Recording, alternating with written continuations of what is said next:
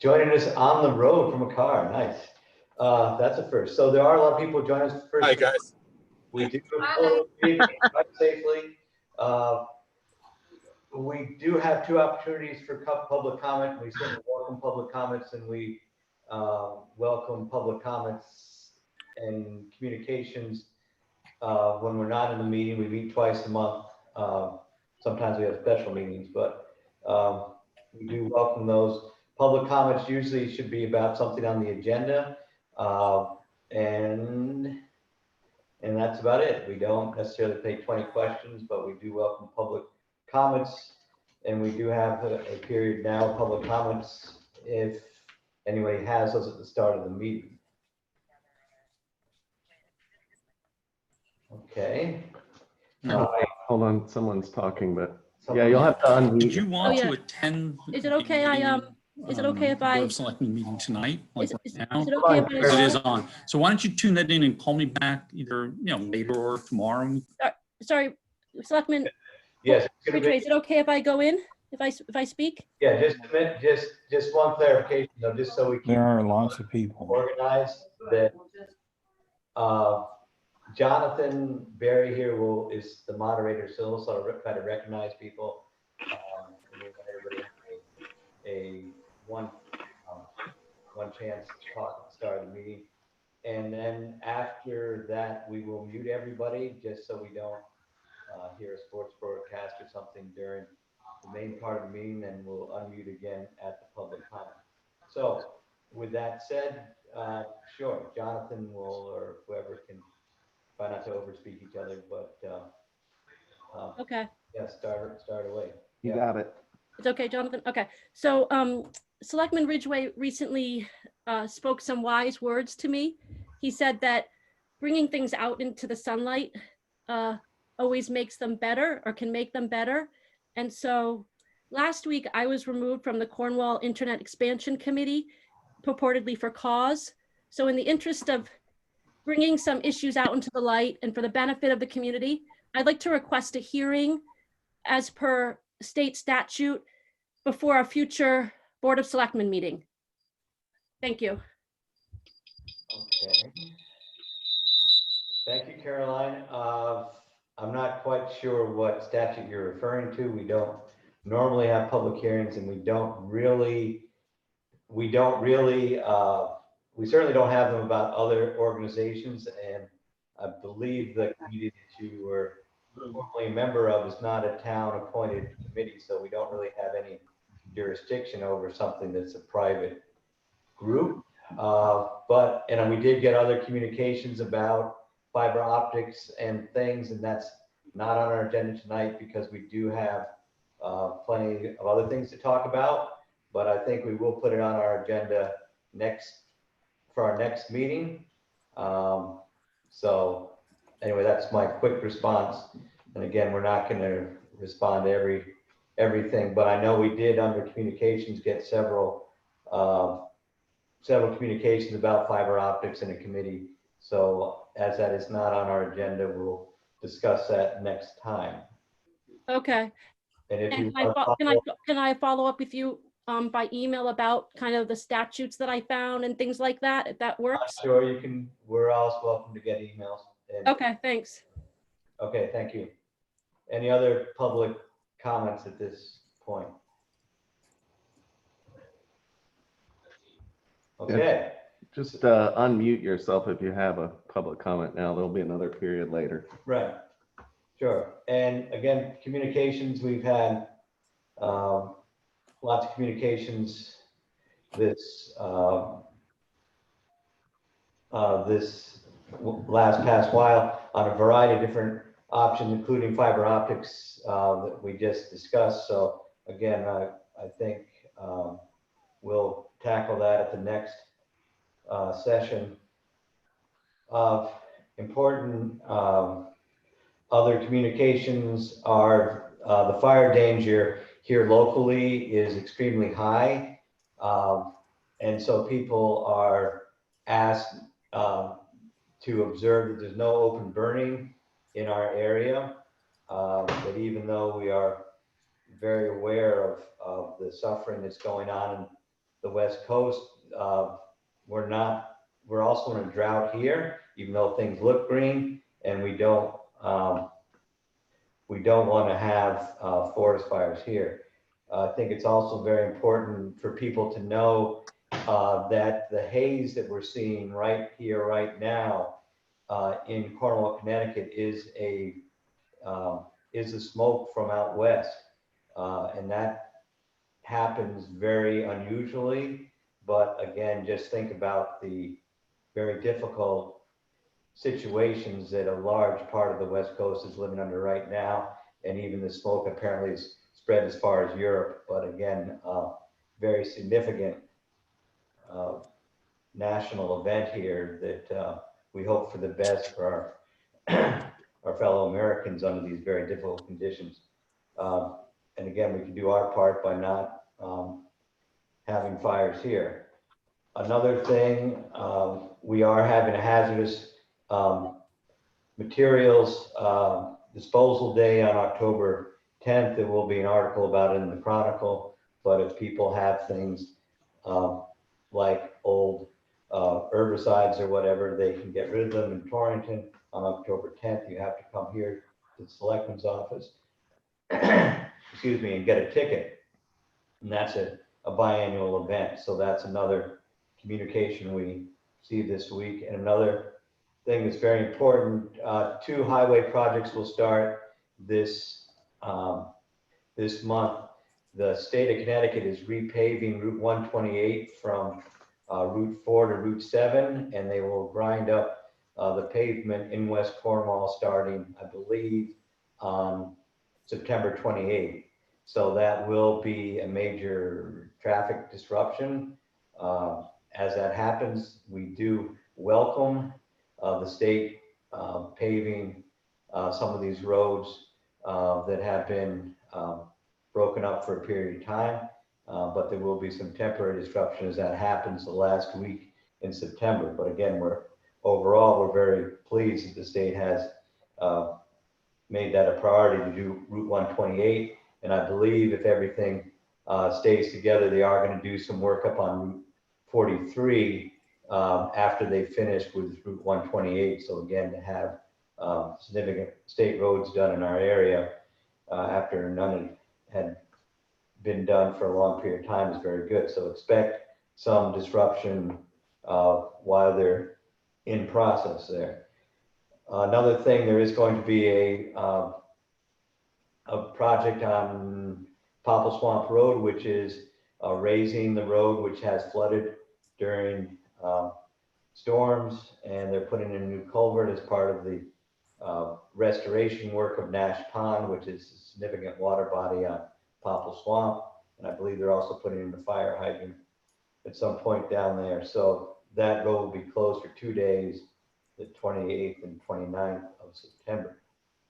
So those are some of the communications that we've had that do not pertain to future agenda items. Do any of the other selectmen have any communications they want to share? I forwarded everything to you that I've received. And again, people have written us about bridges and other topics. We've been sending stuff back and forth. So I think we've been pretty thorough on being able to share all the things that we've got to date. Addition to the agenda, one I had was the Public Utility Regulatory Agency declaratory judgment about Eversource storm response. I'd like to add that to the agenda as that popped up over the weekend. And also I'd like to put that at the head of the agenda. And then we have some budget transfers to do. And then we can also expand our comments about our summer highway bridge projects to include Fort Hill Road. So we can put that at the end of the agenda with Cogswell. Yeah, and so I have 3. I have Pura, budget transfers, and Fort Hill. Are there any other additions to the agenda? Not from me. Okay, so is there a second to add those three? I second. Yeah, so we had, that's a budget transfer. Right, okay, so we got Pura, budget transfers, Board of Health. Okay, so any discussion, all those in favor? I Aye. Aye. Yeah. So, first thing, again, we did hear, we've been in constant contact with our fellow municipalities and state officers about trying to improve the storm response by Eversource and other utilities, based on our experience in the August storm, and that some towns, namely I think Ridgefield, Bethel, New Fairfield, have asked for Pura to make a declaratory ruling to speed up the process, especially in terms of make safe programs and community liaison, so we have better communication with Eversource as far as what is their storm response. I think currently there's 4 hurricanes forming in the Atlantic Basin, and Alabama and the Deep South are getting really hammered right now by Sally. So again, this is top priority for us to get better communications, execute the plans that are already in place, and especially make the roads safe when we have to clear them for our first responders and highway department. So I have signed on the town as part of that docket in front of the Public Utility Regulatory Agency, as well as towns from across the state trying to improve that performance. So again, that's one of our big topics that we're working on. So again, just to put it in our record that we are behind the effort to improve response there. Are there any questions about all that? I did hear from Representative Maria Horn, and I sent this also to the governor's staff, and Senator Minor and Maria Horn thanked us for our participation in the process. So next we have an update on our COVID emergency. And again, our work group continues to meet on that weekly. The school reopened very successfully. Cornwall Consolidated reopened last Tuesday. And again, the staff did a very good job making the students and parents feel welcome, reassured, all those things. Big national issue playing out here locally. There are some students that are remote learning. And one thing they have done at the school is to purchase some tents, which the highway department helped put up. I think they put up 12 tents for outside learning. A big issue is going to be because of the need for ventilation in the classrooms. What happens when you have to close the windows? Right now, the windows are open during school. And as you can imagine, that makes for a bit of a chilly classroom. But we like to think of our students as rugged, but there are limits to that also. So again, we have worked to try to make that school reopening as successful as possible. And I think it has gone well. And thanks to the staff and the principal for tackling that. Another announcement is voting on November 3rd will take place at the school. There will be an insert in the Chronicle to outline the absentee ballot procedure here in town. That should come, well, that will be in the Chronicle, and I believe absentee ballots for the national election are going to be available the first week in October. And again, that's a big national issue that our officials here are working hard to make sure it goes as smoothly as possible here. We have had another case of COVID in town. Good response from the health district, but again, reminder to everyone that the virus is still very much alive out there. Connecticut continues to do well because of a lot of its programs, but we all need to take personal responsibility and actions to make sure that happens. Finally, as far as the COVID, the food pantry is moving a lot of food out to people who need it, and donations are still most welcome to keep that process going, especially as people are beginning to move into the heating season, and there is a significant uptick in unemployment in town. Some people have lost still without work. So again, thanks to all the people that are making that happen. Any other questions from the selectmen about our COVID emergency? No. Okay. Here's my ring in. No.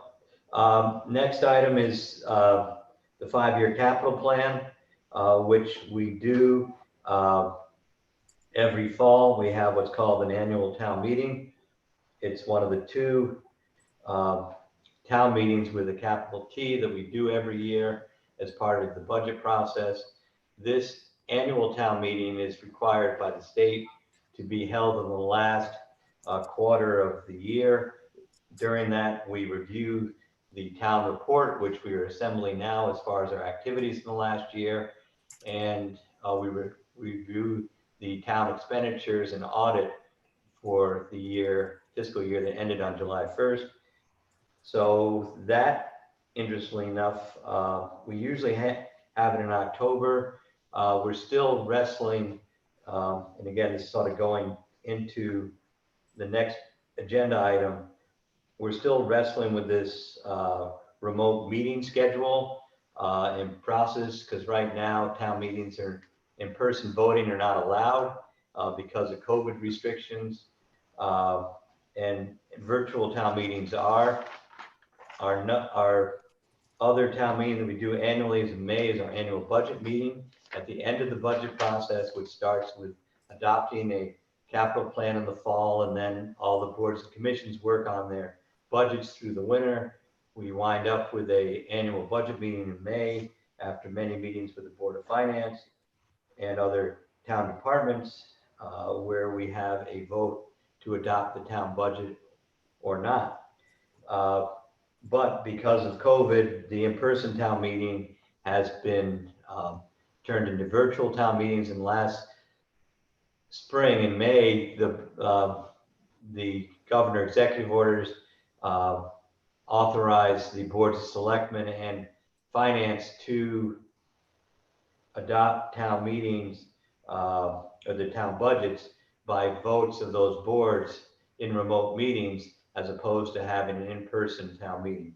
So I'm working with the town attorney because this 5-year capital plan gets voted on by the town to see whether we can have a virtual town meeting vote, or whether under the current executive emergency orders, this is something that is done by the board as opposed to having a virtual vote by the townspeople.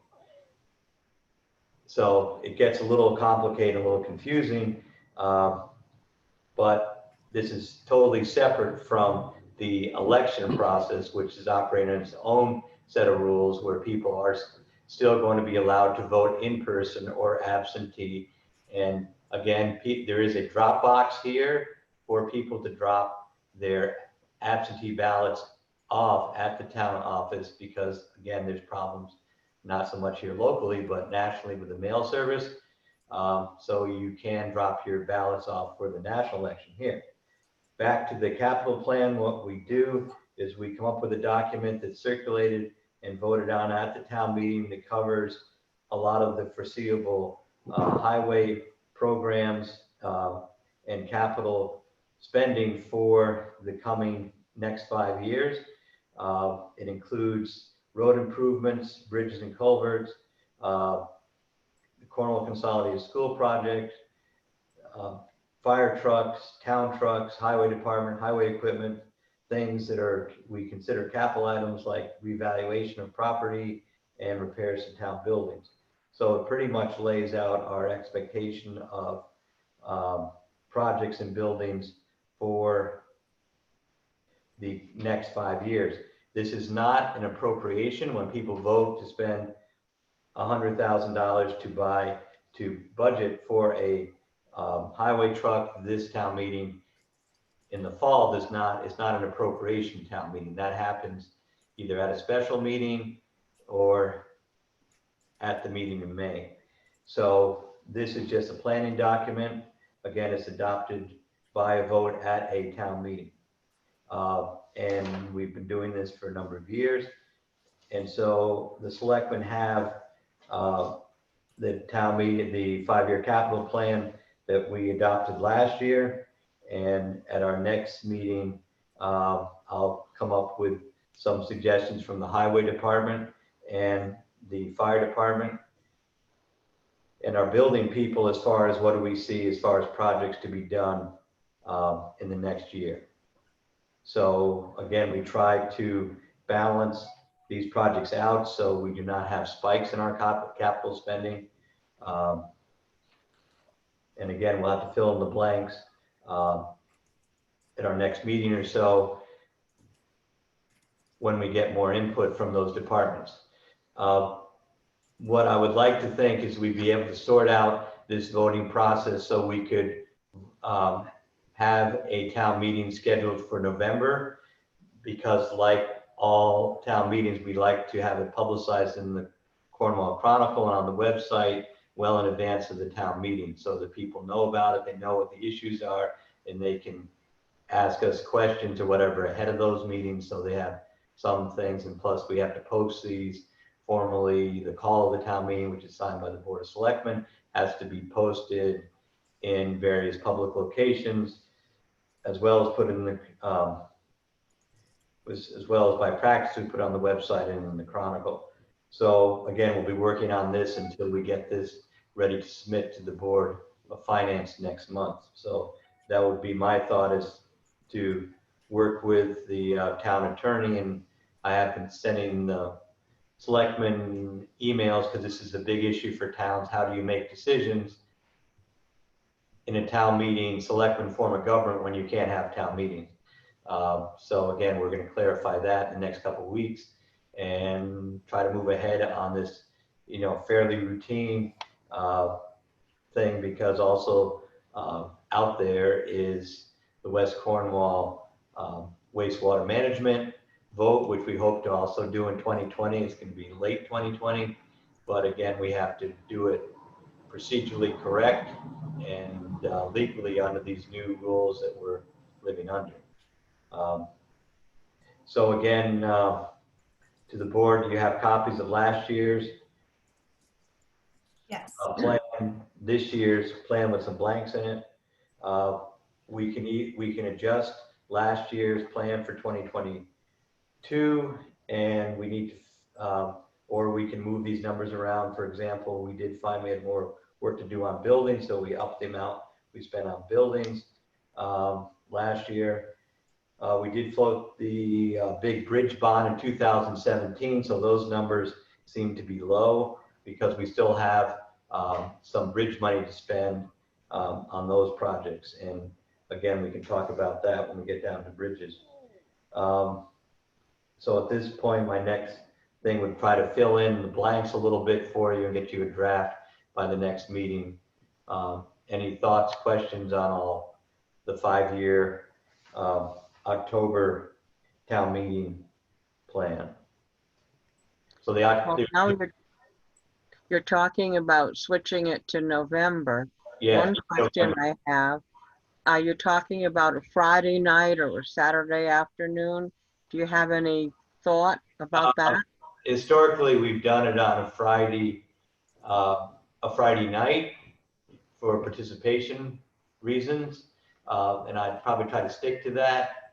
Okay, And so the tentative date I had was Friday the 13th, just because I'm superstitious. Friday the 13th. Wow, Yeah. my lucky day. Yeah, so that's tentatively what I was thinking. And again, I didn't want to do this on the day after Thanksgiving. I think people are still going to be a little bit worn out from the national election the week before, so that's why I'm sort of shooting for the middle of the month there. Yeah. And I don't you know, we should have answers. We should have that set by our first meeting in October, as far as at least what the date is. Any other thoughts on that? I don't have a better idea. That's a good one. That's why there's three of us, so we can come up with the best idea. So regardless of the voting process, the town meeting will still occur.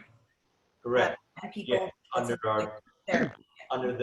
the best format, because a lot of towns are in the same situation. They've got to get these things done by the end of the year, but how do you actually do that? And again, we did the $6 million budget process last spring. Town meeting changed somewhat. We did have hearings, and we did have, you know, a Zoom meeting when the votes of the selectmen and the finance took place. So. Okay. So- And we'll be getting input from the highway department on this before next meeting. Oh yeah, I'll get that, and I've got a meeting with the fire department also last Wednesday of the month, so we should be able to get some things from them. Okay. Okay, so that takes care of items 3 and 4. Another town meeting item that we have been talking about is selling the former West Cornwall Firehouse, 2/10 of an acre, to the Farnsworths, who own the former bookstore in West Cornwall, in an effort to help them sell that to prospective buyers and upgrade the facilities there. That's on hold until they get all their environmental work done. But at some point that would have to receive planning and zoning and town meeting approval because we are disposing of town property. And again, that would be up to a vote, and we'll find out. So anyway, those are fairly small items, but important to the people involved. Next thing I had was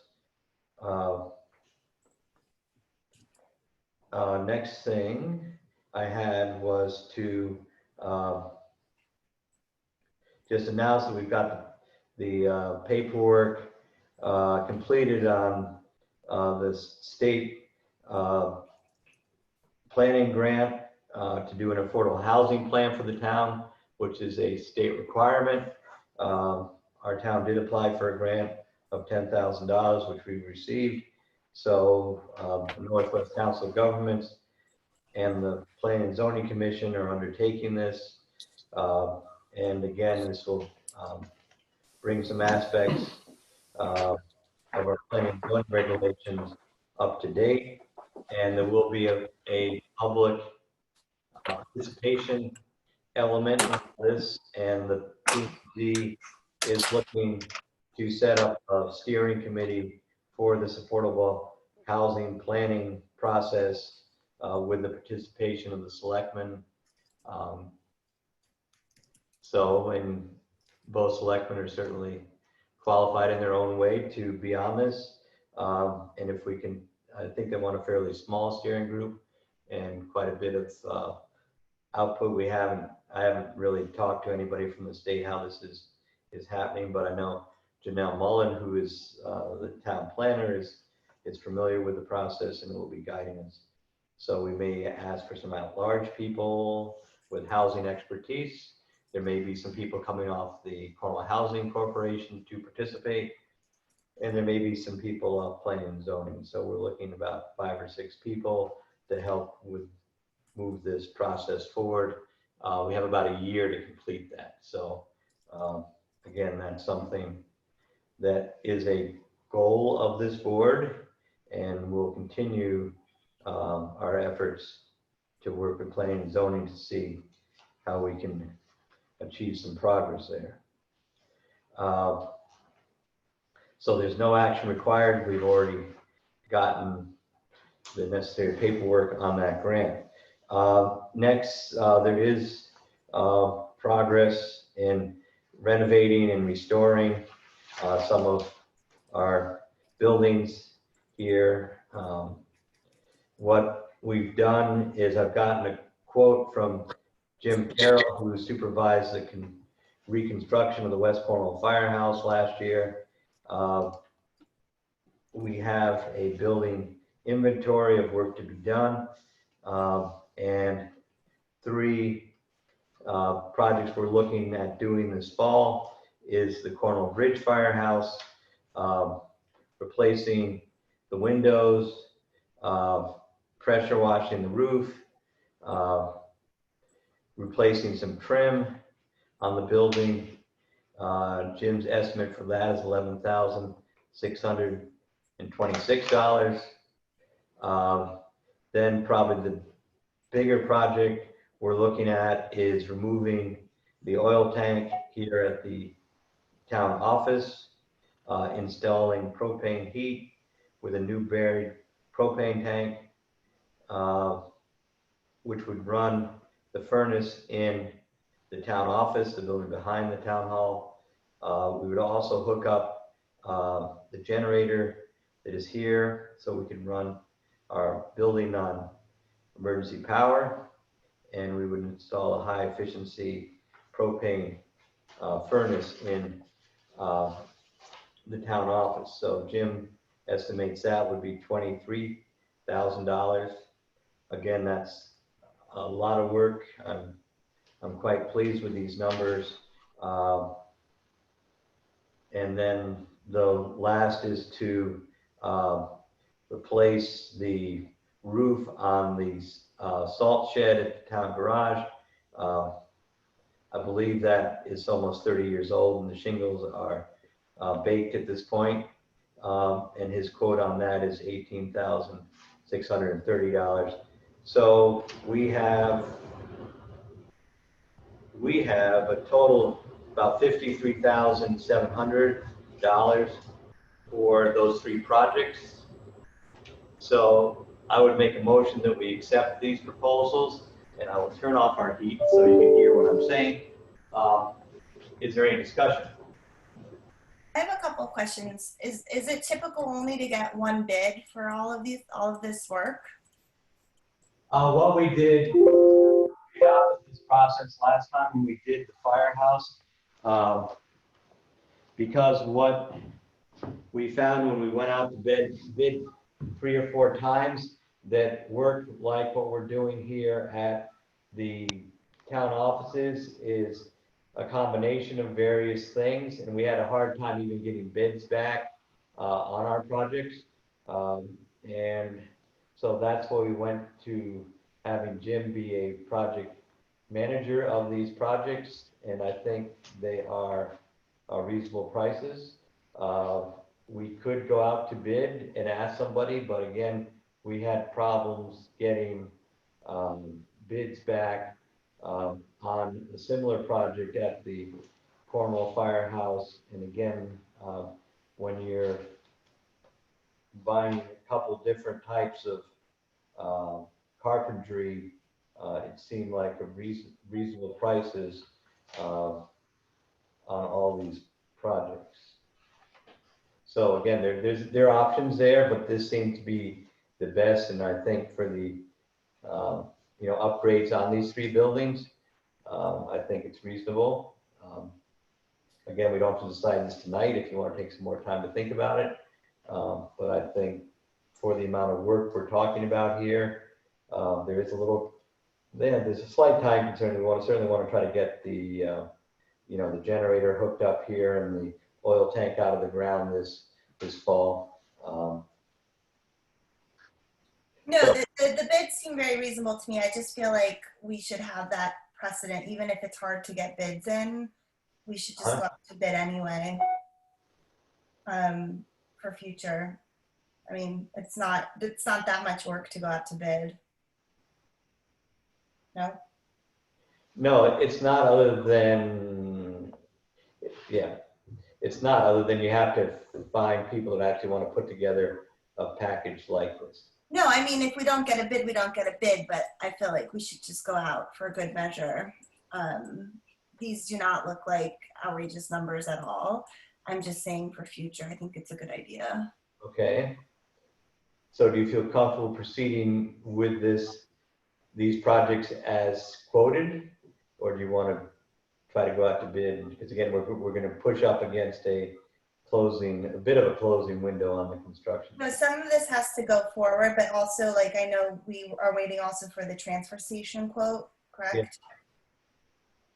That's probably, that's probably a little easier to manage in some ways. So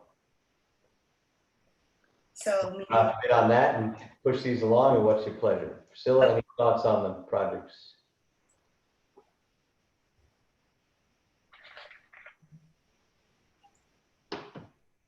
Priscilla, do you have any comments on these? I'd just like to see us go ahead and get it done, and I think Jim Terrell's probably done the best job he could with lack of bids coming in. The prices don't seem unreasonable to me. Yeah, and he does ask his subcontractors he usually gets 2 or 3 proposals, so the bidding occurs with the people he hires, and would that be a motion to proceed on these proposals?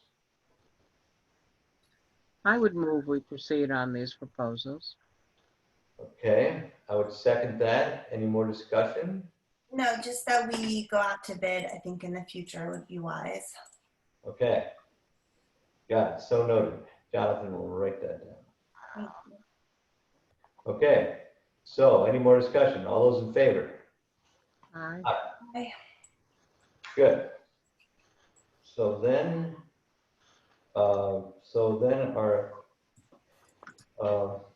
we're down on our agenda to budget transfers. We have 2 budget transfers that come in front of us. Has the board seen these budget transfers? John, did we get copies of those out to you? They're one's for $58.48. The other one is for $107.05 to Covet and to VCFS Oil Leasing. It came in from Jean Boudier. Yeah, from the tax Yeah. standard. These are for overpayment of motor vehicle taxes. Yeah. The lease is ended, so I make a motion that we grant these refunds, very routine. And is there a second? Second. Okay, any discussion? All those in favor? Aye. Aye. Aye. Good. Okay. So now we're down to the Cogswell Bridge / Fort Hill Road Bridge. We have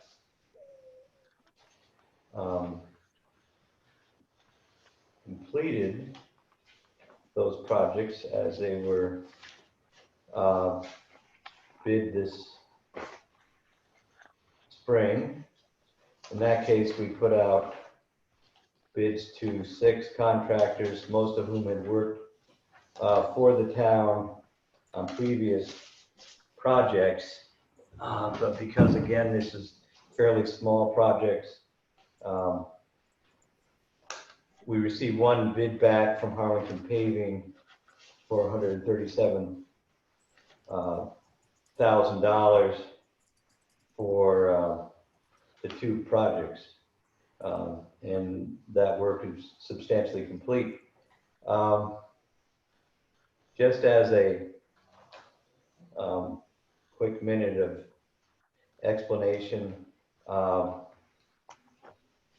this is sort of a continuation of a lot of work that the town has been doing over the past decade. We have probably more bridges per capita, 33 bridges than any town in the state. And then we have major culverts. We have probably a dozen major culverts.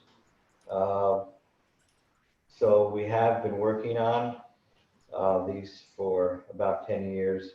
There was a major restoration project that Roger Kane also oversaw about 20 years ago, where we have rehabilitated especially the the older bridges on Cream Hill Road and on Cogswell. Then with Hurricane Sandy, we lost a bridge on Lower River Road in West Cornwall, or Hurricane Irene, one of the hurricanes, 2011. And we had to replace that under emergency conditions, which we accomplished.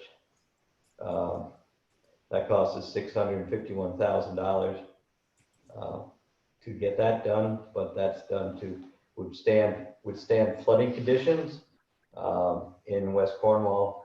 It's actually in a flood zone. So we accomplished that again under Roger's supervision. 2011 Valley Road bridge we did 2016. We did that for $152,000. That was a little laid up stone foundation, which was settling in the wrong direction, so we had to replace that. And again, that was on a dead end road, so we had to do that very expeditiously, which we did for $152,000. While these were going on, the Board of Finance and the selectmen undertook a study that Roger did to look at the condition of the bridge with bridges throughout town and look at them and the condition they've been expected by the state. Then in 2016-17, we did hire Leonard Engineering, who has worked for us in the past doing engineering on projects, and we decided that there was 13 bridges in town that needed some needed complete replacement and some needed fairly minor maintenance. We've done probably 9 of those bridges to date. We have 4 left to do, and those are very minor repair, basically doing concrete work, but also establishing a membrane on top of the bridge deck so that the bridges themselves do not get water from the roads going down through their decks. And so we have 4 bridges left. We have somewhere around $90,000 left in that, out of that $1.5 million bond. And we have 4 bridges left to do some minor maintenance, 2 on Popple Swamp, 1 on West Road, and another one on Music Mountain Road on the very northern end of town. So that's our big bridge initiative. Again, we've heard a lot of comments from various people in town, pretty wide spectrum of comments concerning Cogswell and some on Fort Hill, and everything from people liking the work and appreciating the safety upgrades of the guardrails. The town is required to have guardrail systems on its highways and bridges, and to the other part of the spectrum is people say we should remove it, the work that was done recently on Cogswell. And there's some people who feel we should paint it or landscape it or replace some of the top rails. And so we've heard quite a variety of things. At this point, we have, we're open at some point to public comment. We'll have some comments from the other select before that happens. Cogswell Road, again, the parapets were removed and placed by metal beam rail. We also on Fort Hill, as background, initially in the engineering report, they called to repaint the project. With some investigation, we found that was going to be very expensive to repaint it. So at this point, we decided to just put a membrane down over the bridge so water would not penetrate and salts and whatever get into the bridge. Especially concerned about that one because it's a metal bridge. We don't have many metal bridges left in town. We've replaced them with concrete bridges. But we did put a membrane down. We did repave sections of the road because the bridge area is actually lower than the surrounding road. So it did tend to puddle up there. And we were concerned about water penetrating into the superstructure. And corroding it. And so we did expand the paved area. I did hear from a longtime resident that actually that section of Fort Hill was paved years ago at the same areas it's paved now. So actually it was some of the paving went away, and the current level of pavement is where it was 50 years ago. So that's sort of a summary of where we're at the present time. Said we've heard a lot of comments, and I'm glad to listen to more suggestions. And with that, I think I'll turn it over to the other selectmen. Any thoughts, any comments at the present time? No, I've heard a lot from various people. I've spoken to some people individually. You know, I think it's hard to determine what is important to everybody, but clearly there's some folks that find these bridges to be important to them and to the integrity of Cornwall. And so I suggested to a lot of people to start getting organized, because these bridges are going to have to be replaced eventually, or repaired or restored. And I foresee these projects being a public and private partnership, because like I've mentioned to people, there are folks here who can't feed their families. And so priorities are different. And so I think, the bridge work is finished. I'm open to adjusting some of it to make the aesthetics more pleasing to those folks who are upset about it. And I think it should be, a group effort on what perhaps we could do to change it a little bit and to make people happier.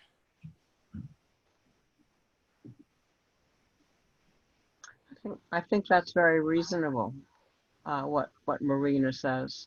And we certainly have heard quite a few negative comments from people about losing the antique look that they liked.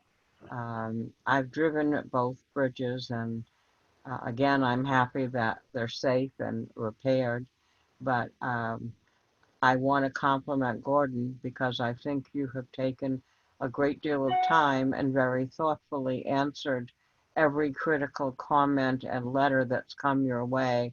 I've been pleased to read them. I'm sorry that the decisions have disappointed so many people, and I'm certainly willing to consider if there's something reasonably priced that we could do. Somebody had suggested just painting the metal at Cogswell Road. I don't know if that would satisfy enough people or not, but if we could do something soon that's reasonable and gets people happier, I would be all for that, as long as it falls within our budgetary lines. Good. Thank you, Priscilla. Yeah, and I haven't actually, thank you for crediting me. I haven't answered everybody's questions yet, and I still owe some people some detailed things, and I tried to get people answers, but I want to make sure the answers are correct, and so if somebody asks me a difficult question tonight, I may not be able to give you the exact answers, so I will try to get that when we do the research and find things out. We have adjusted the railings on the Smith Place Bridge. After that was done, a suggestion was made, and there is certainly a painted bridge in West Cornwall that's painted red. Again, aesthetics are a very difficult area which to get involved in some ways, because somebody said it's hard to account for taste in some ways, and what's pretty to some people is not to others.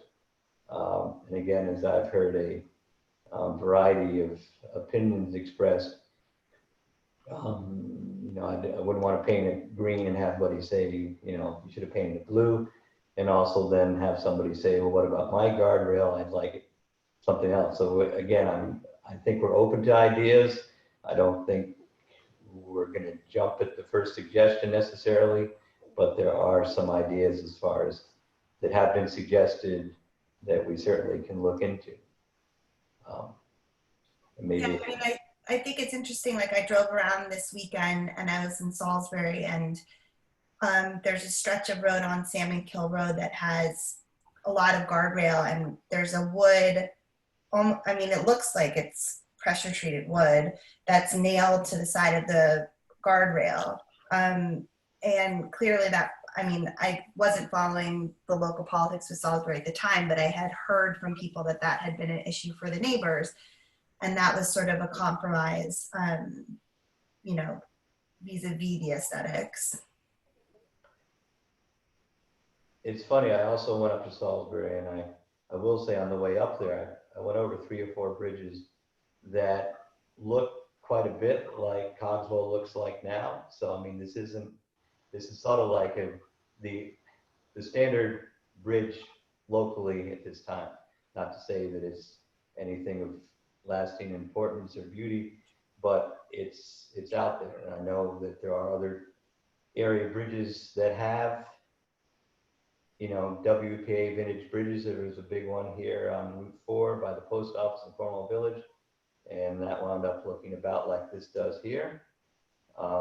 Again, what's interesting to me was that the bridges that are still intact and are remarkable, they were in better shape 20 years ago than the Cogswell Bridge, the ones on Cornwall, on Cream Hill.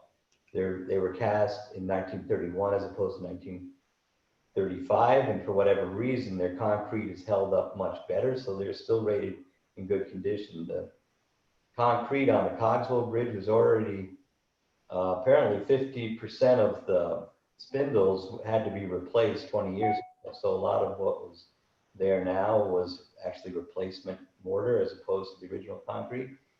And if that, because I think some people felt that those were, the other 2 remaining bridges were in imminent danger of destruction, and I reassure you they are not. And again, when the future Board of Selectmen, whoever is going to deal with all these, inherit these structures in a long period of time, will also have to face the reality of, you know, these are $700,000, $800,000 projects to replace these things. So again, the superstructures are very important for us to maintain. Not, you know, just from a cost standpoint, we've got, you know, millions of dollars of bridges here, superstructure, and again, thanks to Roger, that superstructure is probably in better shape than it is in other towns. Another little point of recent history was we were sort of faced with a similar situation when we had to do the culvert at Lake Road, and we looked at putting a fairly good sized bridge there, which would again alter the landscape somewhat, as opposed to what we wound up doing was basically replace in kind the culvert, which again was less expensive, somewhat of a less environmental impact, and then it's more complicated than you need to know as far as is the balance between the culvert sizes and the animals that go there, the flooding aspects of bridges and culverts, and again we replace that with probably, now they're encouraging us. We did put in a bigger culvert, so that will take a little bit more water, but again, from time to time, that may overtop. But anyway, we try to balance these things out somewhat in a way that, you know, we've been fairly successful in the past. So again, that's anything else from the board. And you know, again, I'm trying to give people, because they're interested, some background of how we got to where we are at this particular point, and you know, say this is something that's going to be ongoing for a while, but now that we've brought a lot of these things up to date, we're in pretty good shape. Probably the next 2 bridge projects or culvert projects that we're looking at are going to be the Rattlesnake Culvert that goes under Rattlesnake Road at Cream Hill, and there's a pipe that's the same vintage probably 1955. A lot of these were put in after the flood.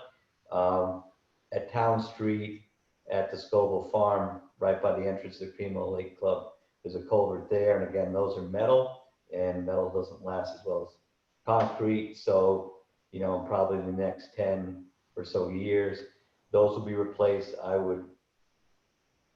probably will not be in office in 10 years, but whoever's here, I would hope would look at doing something in kind and not make a big project out of these where they don't have to be. And it's also much quicker to pop in a culvert than it is to build a bridge. So that's sort of where I see the town going, other than, as we mentioned, we have some, you know, fairly minor maintenance work, not structural work, to be done on 4 bridges to complete what we told the town we were going to do in 2017. So, anything else on the board? So to be clear, we're still opening this to the idea that perhaps we can fiddle with the aesthetics of the current bridge that's on Cogswell. We can fiddle. Okay, great. That's a good way to put it, you know. And again, we're going to have another bunch of work that has to be done in the spring. Yeah. And I think that will give us time to sort of listen to everything, think about things, try to achieve some consensus, as difficult as that may be given the spectrum of outlooks. But we have opportunities. And again, this is some of the things that have been suggested are not probably major undertakings. I don't personally see us replacing the metal guardrails with all wooden guardrails based on the prices that we've gotten to date. So, I mean, I don't see us doing major stuff because we don't have the town budget to do that, but we can certainly do some minor aesthetics things that may make a big difference to you.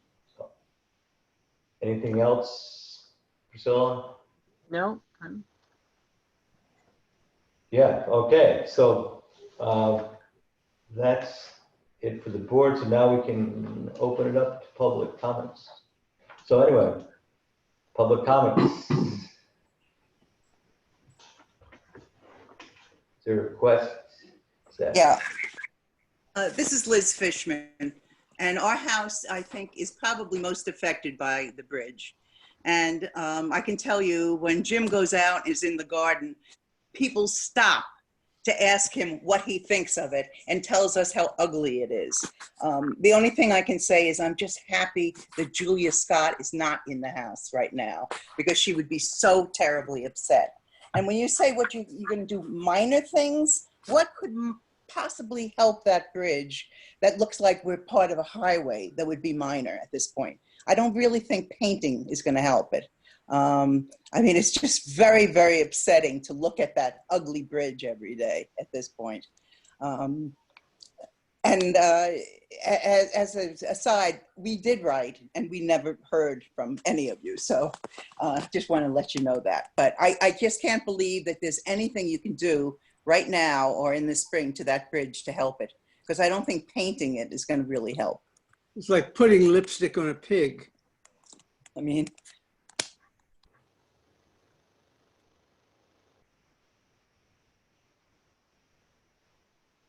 Okay, any other comments?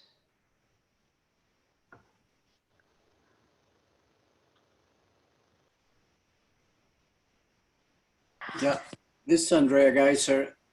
I did drive at Salmon Road, and I think the idea of putting wood that hides most of the metal is probably not a bad one. I have no idea what the cost is, but certainly they look better than just the exposed metal. And in fact, one could even sit on them and you know, be reasonably pleased. And I don't see why the aesthetics don't get into account beyond the pure cost. After all, it is a lovely town and we all hope it stays that way. So I think in the future, when there's something visible, I really hope that the purely monetary doesn't, you know, totally obfuscate the beauty of the town. Thank you. Thank you. Gordon, this is Kate Campana. I was wanting to ask the question why we needed to put in metal guardrails that extend so much further than the actual bridge, when the other bridge that served that spot for many decades was deemed sufficient at the time, and why the switch? Why did we go so far? That was one question. And the second question is, why do we have to have the double-decker metal look on the bridge? And then my third question, and this is what I wrote to you and your fellow selectmen, I and many others would love to understand how to get involved in some of these aesthetic questions before it's too late. We recognize the perils of coming now with complaints, but we'll have to live with this for a long time. So I would love to take Marina up on her offer to create a more inclusive process so that we don't end up in this spot. Yeah, I can't answer your second question because I think that's a bit of an engineering question. And I don't have answers to everybody's questions tonight, but I would encourage everyone to sign up for the selectmen's email so you know what we're doing. I did have Jonathan went back through the record, and I think we have discussed bridges. It's been an agenda item on in our selectmen's meetings, 56 meetings in the last 4 years. So this is something we talk about a bit, a bunch, a lot. And again, town meeting are important, and we try to get that out there. And again, we're trying to get more ways to communicate those things out there. But I'd say an easy way is Marina's putting out a newsletter every 2 weeks, and that will sort of summarize things. And Priscilla also gives you the view from her seat, which is slightly different, but between the two, they cover it pretty thoroughly. Plus there's, the Chronicle covers a lot of things. It covers this particular project. And let's see, the guardrail, the double-decker question, I don't have an answer to at the current time. The extent of the guardrail, I believe, was covering the approaches in a similar location where the old guardrail post and cable was. And again, that's another issue as far as what are current standards. And there's a lot of whatever they call post and cable guardrail over town. A lot of that, I think, was probably put in the 30s when these roads were built, and steadily, the town has replaced that all over town as it is not meeting current codes. As I said, that's one of the few things the town has to do when it does highways. We don't actually have to pave a road, but we do have to have effective, up-to-date, fairly substantial guardrails. And the current ones are in the location where the previous ones were, so we didn't expand it. There's a couple other things we could have done to wrap around it, but we kept it to the existing footprint, I believe. So, yes, Priscilla. So that's 2 out of 3 questions, and I will try to get you an answer on the double-decker.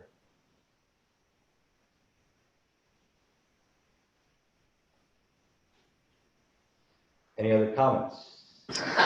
Thank you for the response. I have to say that I'm not quite satisfied. I think the problem with the bridge as it's rebuilt is that it's just overkill. It would be very difficult to imagine how that's really solving a safety issue at that corner, especially given that there's 4 stop signs in the corner. And so it's not like it would be difficult to kind of fly into that, into the Scots Garden. And so it's difficult to understand what that guardrail is for. And it is very offensive looking, at least to my view. I hear you on the fact that people have different views, but I think almost to a person, people are offended by the overkill there. And so I wondered if we, if when we look at tweaking, as Marina says, if we could figure out, as some of our neighbors have suggested, if we can take down the extra part of the guardrail that has been added. Okay. Any other comments?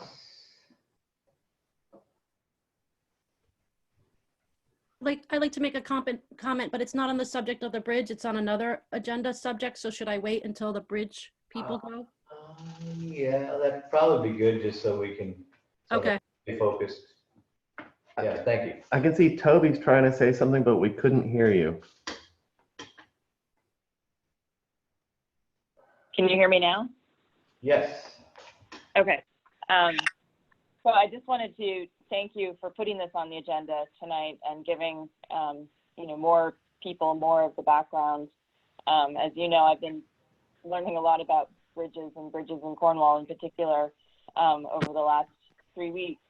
And one thing I wanted to point out and just say here is that I found out that there's something called the Merritt Parkway Conservancy that has worked very hard in collaboration with the Connecticut DOT to maintain and restore a lot of the overpasses, bridges, approaches on the Merritt Parkway. And I know we all have driven on it, and it's not necessarily the safest road, but I think everybody agrees that it's a very beautiful road.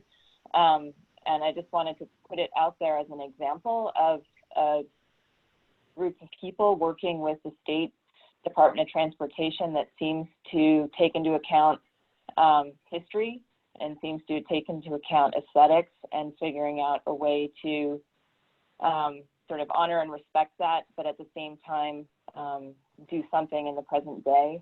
And I would hope that in the future, with the 2 other bridges on Cream Hill Road, and even with the other bridges that are newer from the 1955 flood, or even newer still, I think that we're really lucky in Cornwall to have so many artists and sculptors and writers and builders and makers and doers.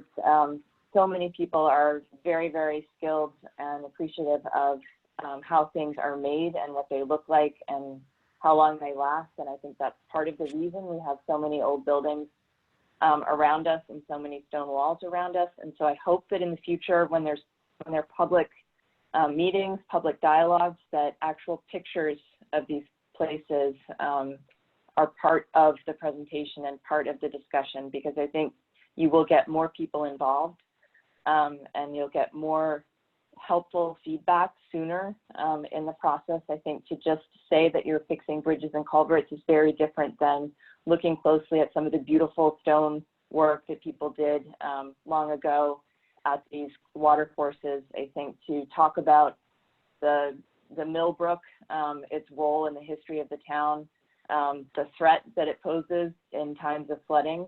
I went back and read the hazard mitigation report from 2014, which I think likely led to some of the studies in 2017 of all of our bridges and culverts. Anyway, I think that if you use images and you use history and use the actual artifacts themselves, you'll get a lot more people involved and come up with some better solutions that are more in keeping with the aesthetic and the feel of the town, and will help it be a better place for more people in the future.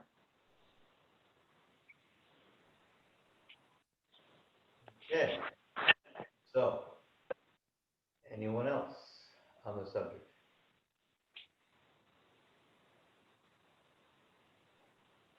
Okay, and again,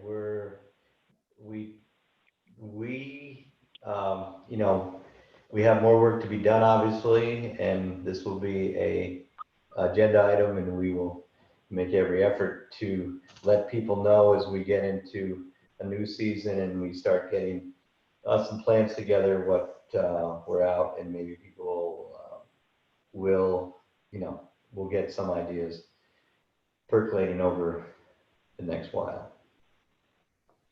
Gordon, can I make one more comment just on, we didn't really touch on the road aspect, but I think that there are a number of road improvements going on, and the asphalt is being used in a lot of places, and the new asphalt doesn't feel like it's keeping within sort of the materials that we're used to seeing around town. And I just wondered if you could comment. I don't know if the new asphalt then gets covered with like the oil and the sand in the winter, so it will not look quite so black. But I just wondered if you could comment on that before we close the discussion. Well, the asphalt generally weathers, so you can look at the school parking lot. That used to be shiny black asphalt, and it weathers by itself, but every 4 years, I think, we go through town and resurface all the asphalt, and we certainly will seal the new asphalt. In several years with the stone, we've gone away from the sand because sand created more environmental problems as far as dust, and we can actually recycle the stone and loose stone, use it for the year afterwards. So we will resurface it, and that will give it a texture similar to what you see on most of the roads now.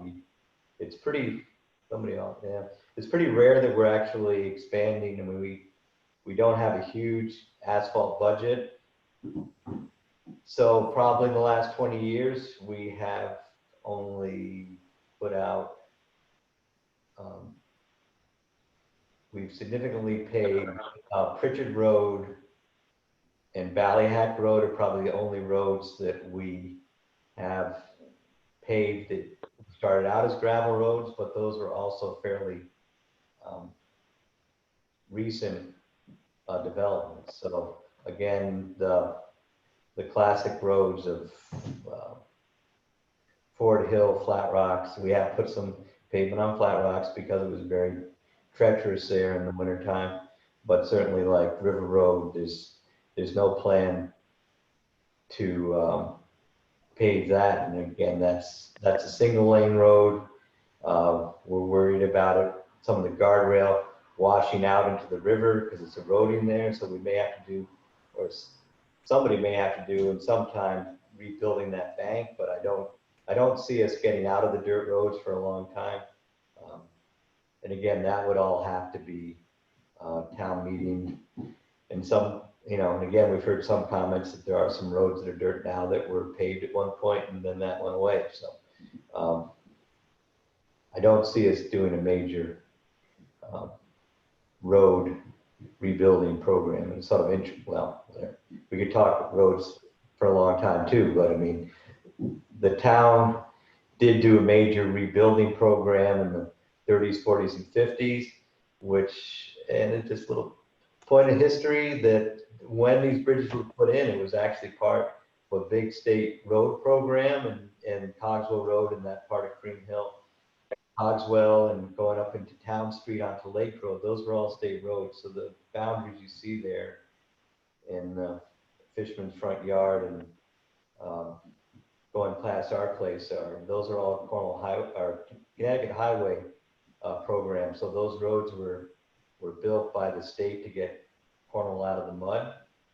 State road stopped at Rattlesnake Road, and then it stopped going down Lake Road, started from 43 up there too. So that in a way, the impact of that whole project, I think even Cream Hill Road was moved from the east bank of Millbrook to the west bank and putting that through the swamp. I mean, it was huge undertaking in the 30s. But again, just a little point of history. We don't plan to do anything on that scale that I know of. And we're dirt roads probably cost more to maintain than paved ones. But again, I think we appreciate them and try to maintain them, grading the best we can. Thank you. Sorry, could I just ask sort of one question? This is Bill McLean, just sort of Marina's idea of maybe you're sort of trying to unspill a little milk on the Cogswell Bridge, maybe the second high rail or something like that, or what's the format for that? Or is there sort of like a little group that's going to organize and try to come up with something and present it? Is that the idea? Well, we're all open to ideas. Again, I plan to consult some people on the upper rail idea. I mean, I think the paint idea is purely some aesthetic thing. And if there's a unified approach, then I think we'd be glad to hear it in some ways, but also, realize that not everybody in town feels feels as strongly that this is a negative. So we have to sort of balance out some difference of opinions and priorities. But again, if we have a period of time, I think we'd be willing to listen to reasonable proposals. Yeah, we've already had some individuals propose things, which I'm personally happy to look at anything, any suggestion anyone has. Okay. I would just like to let everybody know that this is being recorded and it will be on the Cornwall website within another couple of hours in case you missed anything. And if you would like to spread the word and let people know so the whole town knows what's really happened here tonight, I think that's very important. That's for me. There we go. Okay. Any other comments? Related to another agenda item? Okay, let's hear For the from the bridge. other agenda. Okay, so I wanted to, on a side note, I just wanted to thank you for the newsletter. It's been really helpful during COVID. And kind of related to a COVID thing, I heard that, well, two things. I was wondering if you could speak a little bit about the affordable housing plan. I believe there are drafts being done right now in the Planning and Zoning Commission. And I was wondering during COVID if you could put those online and if you could talk a little bit more about the grant. I know there's been some interesting letters in the Falls Village, in the Lakeville Journal regarding the Falls Village housing project where there's been a lot of opposition. And because of a certain grant and the way it was applied for. So I was just wondering if you could maybe talk a little bit about that, or put the kind of the proposals that are being discussed right now on the web, since so we can see them, the drafts of those proposals for the zoning, the new zoning, where there would be, I think they're thinking about 1 acre zones for housing along the main roads. Is that right? No, I'll let the housing, the planning and zoning talk about that. They are going to come up with a couple of initiatives that will be priorities in the recently adopted 2020 town plan. And one of those is to allow people to split off, I believe, a lot 1 acre or more, as long as it's deeded to a nonprofit housing organization. There are people in town that are interested in doing that, and again, this would enable that to happen. But that will get a lot of publicity, and I know it's going to start in this month's Chronicle, and the Planning and Zoning Commission and the town planner Janelle Mullen will have plenty to say about that in October, November. But this grant is just for planning. It's not a construction grant. I believe the project in Falls Village, that grant was for actually constructing units. This is something just to review our planning, to see how our zoning regulations, to see how they comply with current state aspirations for affordable housing. I mean, this is a statewide, this is a national issue. The average price of a house sold in Cornwall, I think, went up 50% last year, up to about $600,000. That's a big number. That's a big issue. So again, I don't want to.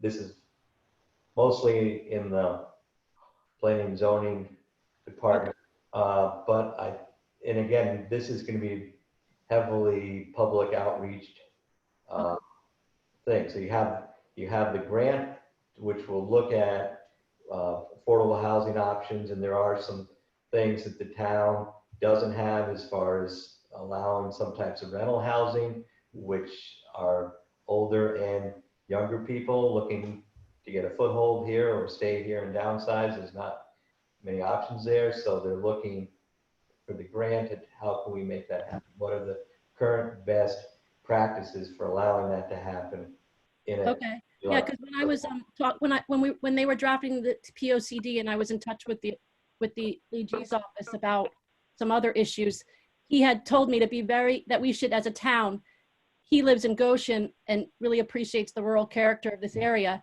And he said he agrees that affordable housing is a great idea, but that we should be very careful because with certain language legally, he said, you can invite in big projects without even realizing it due to kind of competition laws within the state, not fair competition rules. So he said he just advised to be very careful with everything we do. So I thought as a community, it would be great if there are lawyers around or people who could kind of look into that and just be following it closely.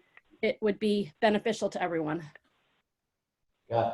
And one other thing they're looking at now is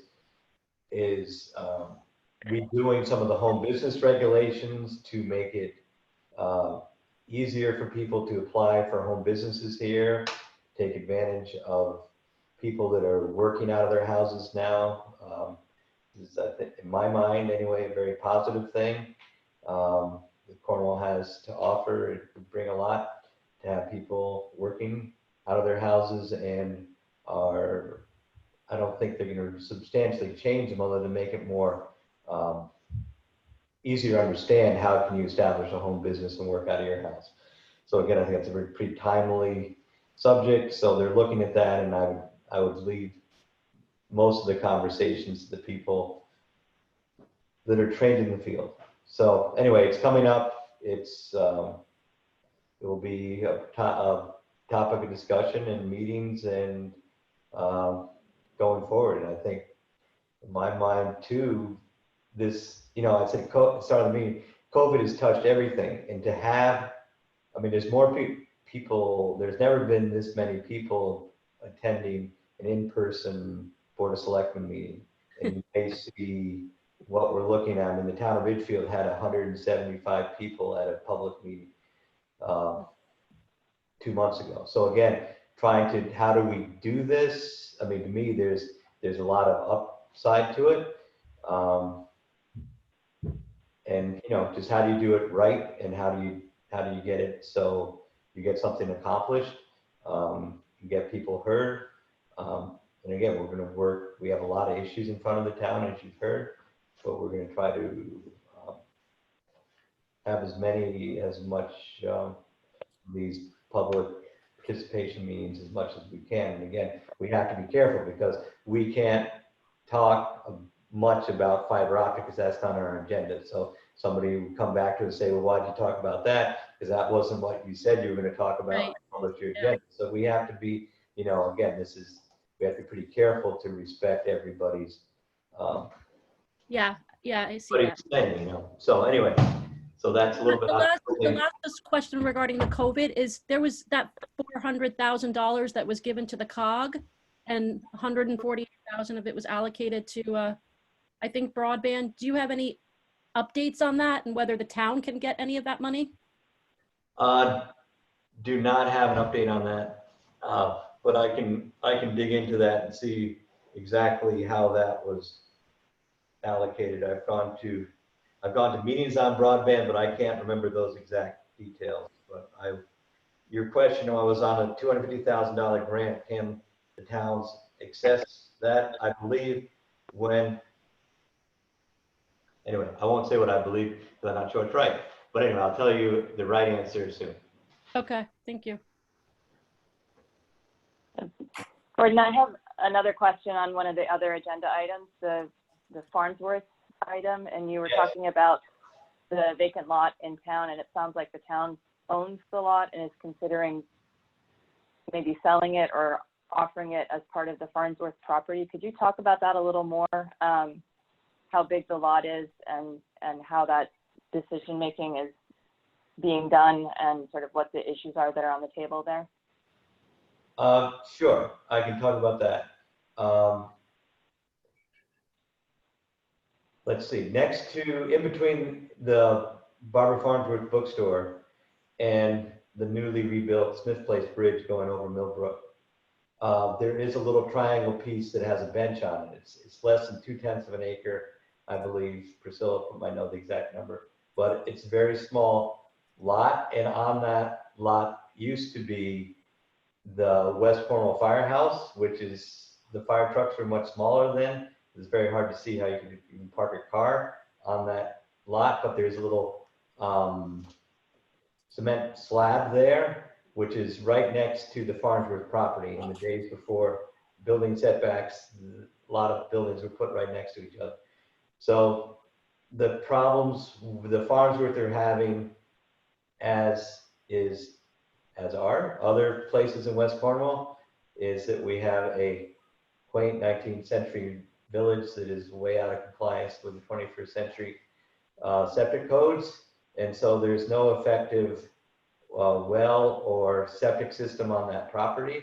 And we have had, or they have had, several interested people look at that building. And again, it's, I think we would all like to see a lot of the vacancy in Cornwall, West Cornwall, come back to life.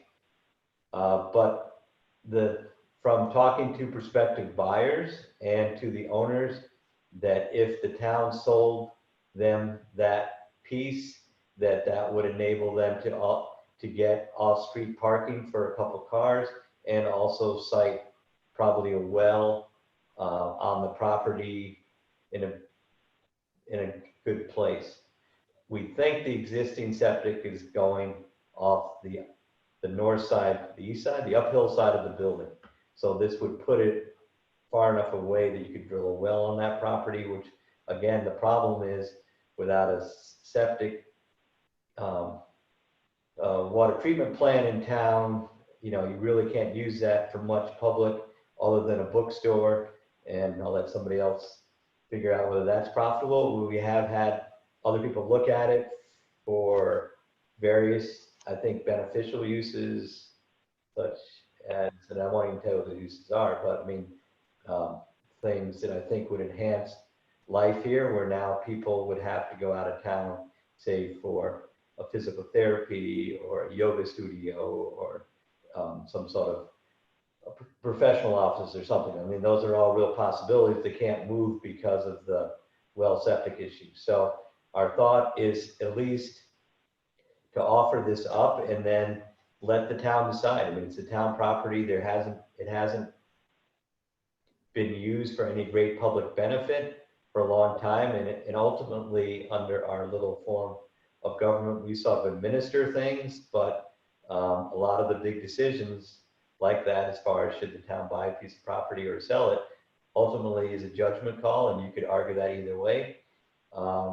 It's our feeling generally that we're going to do as much as possible to try to resuscitate West Cornwall, and that's a logical use of the property, or at least could certainly be considered by towns people to do it. And I know also the Board of Finance is very interested in reinvigorating West Cornwall. So I don't see it as a real performing asset to the town at this point, as opposed to getting something going in the bookstore. But that's just my opinion. And if people feel differently, then they can vote a different way. But it seems that the owners of the bookstore are certainly interested in seeing if the town is interested, and it's up to us to sort of present it. So how does that piece of property get valued, and how does that decision get made to sell it or not? Again, we have offered it to the Farnsworth for $500. It's now assessed for $200 by our assessor. So we put that offer out there to them if they want to, if they buy it. We are offering it just to them for $500, thinking that's going to be integral to try to bring that building back. And again, we're working with people on a building by building basis. And it's up to the town to say, no, we want to, I mean, so that's our opinion as 3 selectmen. So we have this opinion, we've offered to the Farnsworth, they've done some environmental work, that they're still getting their answers on their environmental stuff. And then they'll either, if they accept it, then we'll go to planning and zoning and see what they say, because whenever we supposed to sell a piece of property, it has to go to planning and zoning, and they'll make a determination whether the town should do it. So there's sort of our check and balance on our schemes. And then we'll go to a town meeting, and then that in regular times would be, you know, a vote by the people eligible to vote in town meeting. And then they'll say yes or no. And then, so there's a bunch of different steps to making a decision like that, even though it's in theory only $500. It's, you know, people may have, people will probably have a variety of opinions on that subject as well as everything else, but it's, in our mind, it's bringing back West Cornwall is a really complicated thing that we spend a lot of time on. And again, we feel this would be another small piece to help that. But how, you know, and again, as we said, how we make that decision under the COVID restrictions is something we're working on also. Thank you. You're welcome. Any other questions? Okay. Well, thank you all, and you know where to find us. We're here. And thank you everybody for reaching out and attending this. And again, Richard's point is well taken, that you don't have to actually through all this, but these meetings are recorded, which I think is a good thing. And they're available. And again, summaries are made by newsletters, and there's all the press is here. So Lila, you have any hard questions from the press? No, we don't have any hard questions tonight. Thank you. Okay, thank you. Okay, so I think that concludes our meeting at this time. And again, if anyone feels inviting us, we're always glad to hear what you have to say. Thank you all. And again, we'll put some other things that we didn't cover this time on next. We meet every 2 weeks, just so you know. Some towns select them meet every month. So when they leave a lot of this stuff up to the first selectman to decide, we meet by historic precedent every 2 weeks. So there is a board, a lot of things get decided by the board more than just by the first selectman. And I think that gives people also a better opportunity to see, you know, what's up. So anyway, thank you all. Okay. Thank you. Good night. Sure. All Thank right. you. Thank you. Good Yep. night. Good night. Stay well. All right. All in favor of adjourning? Bye. In favor. Good night. Thank you, Good night. everyone. Bye-bye. Bye-bye. Stay well. Oh.